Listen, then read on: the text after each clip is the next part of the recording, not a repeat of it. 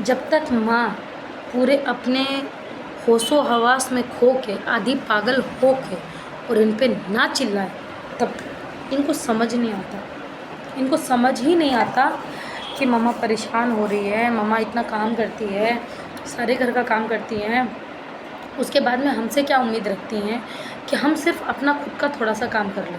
पर नहीं, मेरे बच्चे इतने समझदार नहीं हैं, तो मैं उनका क्या वीडियो दिखाऊँ आपको, मैं क्या इंस्टाग्राम पे लगाऊँ, मैं क्या रील्स बनाऊँ उनकी, ठीक है, ये रील्स बनाऊँ, ये देख के मुझे जो मेरे घर की बात नहीं पता उनको पता चलेगी, मेरे को 1000 गालियाँ देंगे, ठीक है, कि माँ की गलती है, माँ की गलती है, माँ की गलती है, माँ ने कुछ नहीं सिखाया, माँ ऐसी, माँ वैसी, माँ ये, माँ वो, बच्चे तो बच्चे हैं, माँ बाप के संस्कार झलकते हैं। माँ बाप के संस्कार ऐसे नहीं थे, माँ बाप के घर में इतना स्पेस भी नहीं था, माँ बाप के घर में अलग अलग लोगों के अलग अलग रूम भी नहीं थे, फिर भी प्रॉपर जगह पे यूनिफॉर्म टांगी जाती थी, चाहे वो मैं हूँ चाहे वो मेरे भैया हैं। एटलीस्ट मेरे भैया लोगों ने भी ऐसा कभी भी नहीं किया, दोनों भाई साहब ने भी अपनी यूनिफॉर्म अपने हैंगर पे ही टांगी है, ठीक है। ये नहीं कि बेड पे फेंक दिया, सोफे पे फेंक दिया, टेबल पे फेंक दिया या कहीं भी फेंक दिया, ये नहीं किया हमने, ठीक है। जूते प्रॉपर डाल के, और जो रेक बनाई हुई रहती थी, अभी तो स्टैंड चलते हैं, पहले तो एक रेक बनाई हुई रहती थी लंबी, उस पर रखते थे, तो प्रॉपर उसी पे रखते थे, बाहर नहीं छोड़ते थे अपने जूते। आते ही कपड़े चेंज करके, कपड़े या तो हम नहा के निकलते थे, नहीं नहा देते थे, कपड़े चेंज करके प्रॉपर उनको टांग के और हाथ मुँह धोया करते थे।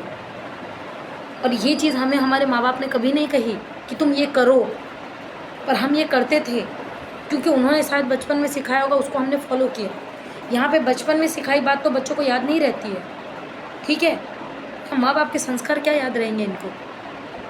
चलिए खैर, जो मुझसे रिलेट करेंगे वो कमेंट करेंगे कि ऐसा उनके साथ भी होता है।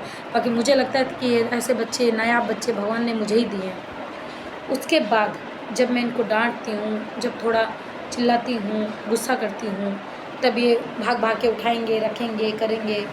रोज़ रोज़ कितना बोले यार।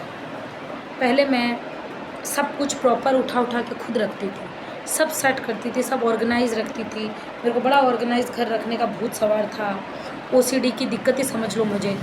लेकिन अब मुझे यकीन आ गया कि ये जो मेरा घर को ऑर्गेनाइज करने का जो भूत सवार है ना, यही इनको बिगाड़ रहा है। इनके चीज़ें वहीं की वहीं रहने दो आप। भले ही कोई 2 लोग आए आपको बोले कि कैसे घर बिगड़ा हुआ है, बोलने दो। ये ऐसे नहीं सुधरेंगे। दूसरे दिन जब इनको आई कार्ड नहीं मिलेगा, बाहर वैन आई रहेगी, और जब इनको यूनिफॉर्म में नहीं रहेंगे, उनको बाहर पनिशमेंट दी जाएगी, ये उसी लायक है। इनको सॉक्स ना मिले, उसी लायक है।